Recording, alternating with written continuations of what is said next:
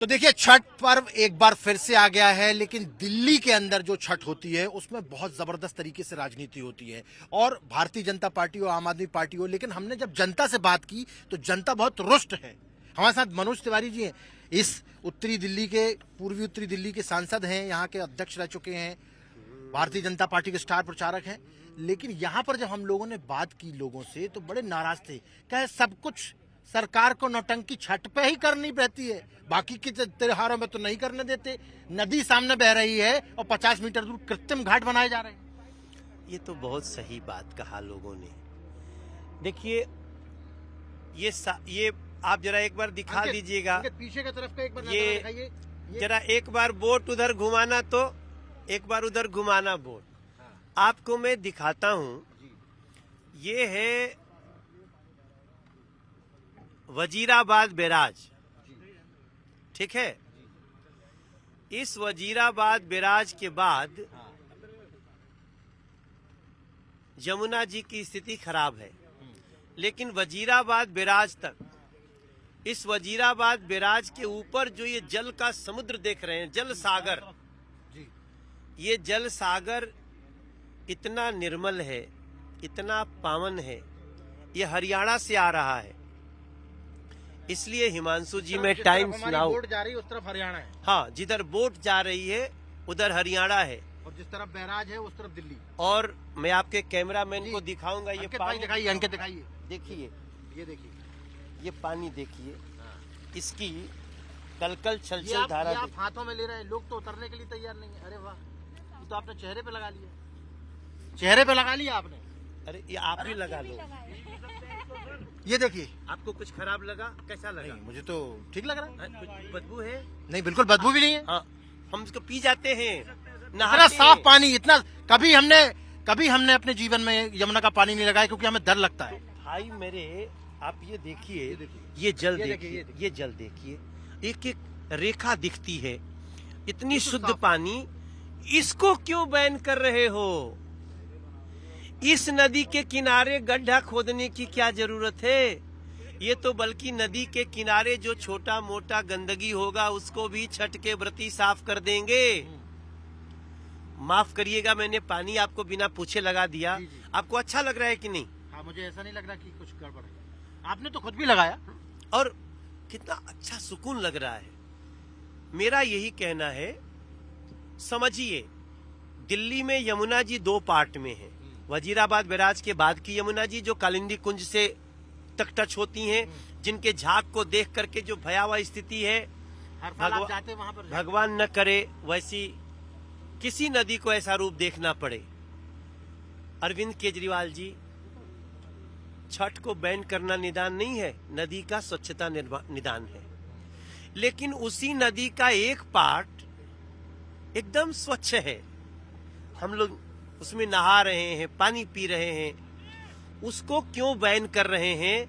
ये मेरी प्रार्थना है कि कृपया वजीराबाद बैराज के ऊपर की नदी को आप छठ के लिए, बड़े बड़े उत्सवों के लिए खोलिए, ताकि यमुना जी पीपल फ्रेंडली हों, लोग दिल्ली के यमुना फ्रेंडली हों, ताकि यमुना जी का ये भाव पता चले।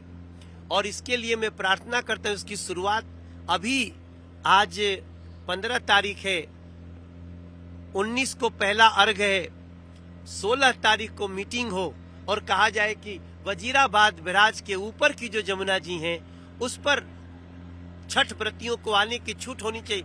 21 किलोमीटर पूरी दिल्ली के लोग यहीं छठ कर सकते हैं, कहीं गड्ढा खोद करके फिर भरने की जरूरत नहीं। लोग ये भी कह रहे हैं कि कब तक आखिर दिल्ली में इस तरीके से कृत्रिम घाटों में हमें डुबकी लगानी पड़ेगी जब यमुना बह रही है?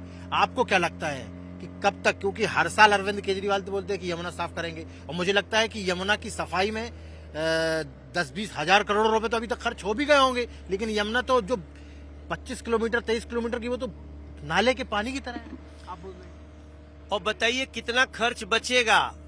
गड्ढा खोदना, पन्नी लगाना, पानी भरना, इसमें तो बहुत खर्चा है ना।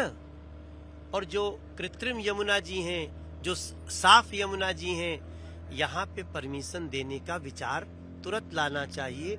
ये सच्चाई थ्रू टाइम्स नाउ भी लोगों को जाना चाहिए। एक और सवाल जानना चाहते हो, क्योंकि आप गाते बहुत अच्छा है, एक छोटा सा गाना गुनगुनाइए, क्योंकि बहुत सारे लोग दुखी भी हैं जो डुबकी नहीं लगा पा रहे, उनकी खुशी के लिए, और जो लोग बाहर हैं तो यहाँ पर नहीं आ पा रहे हैं, जो त्योहार में अपने घर पे नहीं है, विदेशों में है, वहां मनाएंगे, उन लोगों के लिए कुछ गाना चाहिए। पहले दिल्ली में गीत होता था कि कांच ही बांस के बहंगिया बहंगी लचकती जा, दिल्ली में यमुना जी तीरवा छठिया होई गए गाय।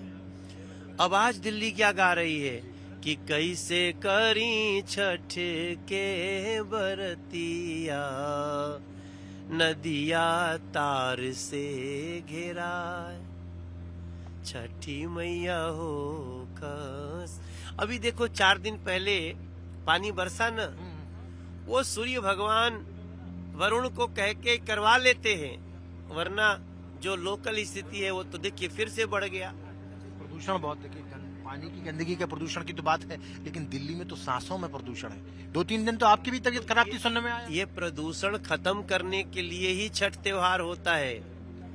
वो सफाई का त्योहार है, घाट साफ करते हैं, नदी में गंगा जल डालते हैं, नदी में दूध डालते हैं, वायु प्रदूषण नदी के किनारों को साफ करते हैं। अब वो तो बाकी नहीं, आम आदमी पार्टी के एक मंत्री का कहना है कि बीजेपी रूल्ड स्टेट में जानबूझ के पटाखे फोड़वाए गए जिससे कि दिल्ली में प्रदूषण हो और ये आम आदमी पार्टी को बदनाम कर सके, ये मंत्री ने बोला। ये जहाँ फोड़ाए वहां नहीं पोल्यूशन है, और जहाँ दिवाली का गला दबा दिए वहां प्रदूषण हो गया। अरे ये लोग देखिए, दे आर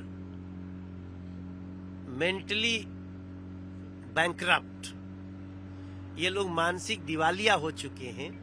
और ऐसे लोगों का एक ही इलाज है, 2025 में विदाई।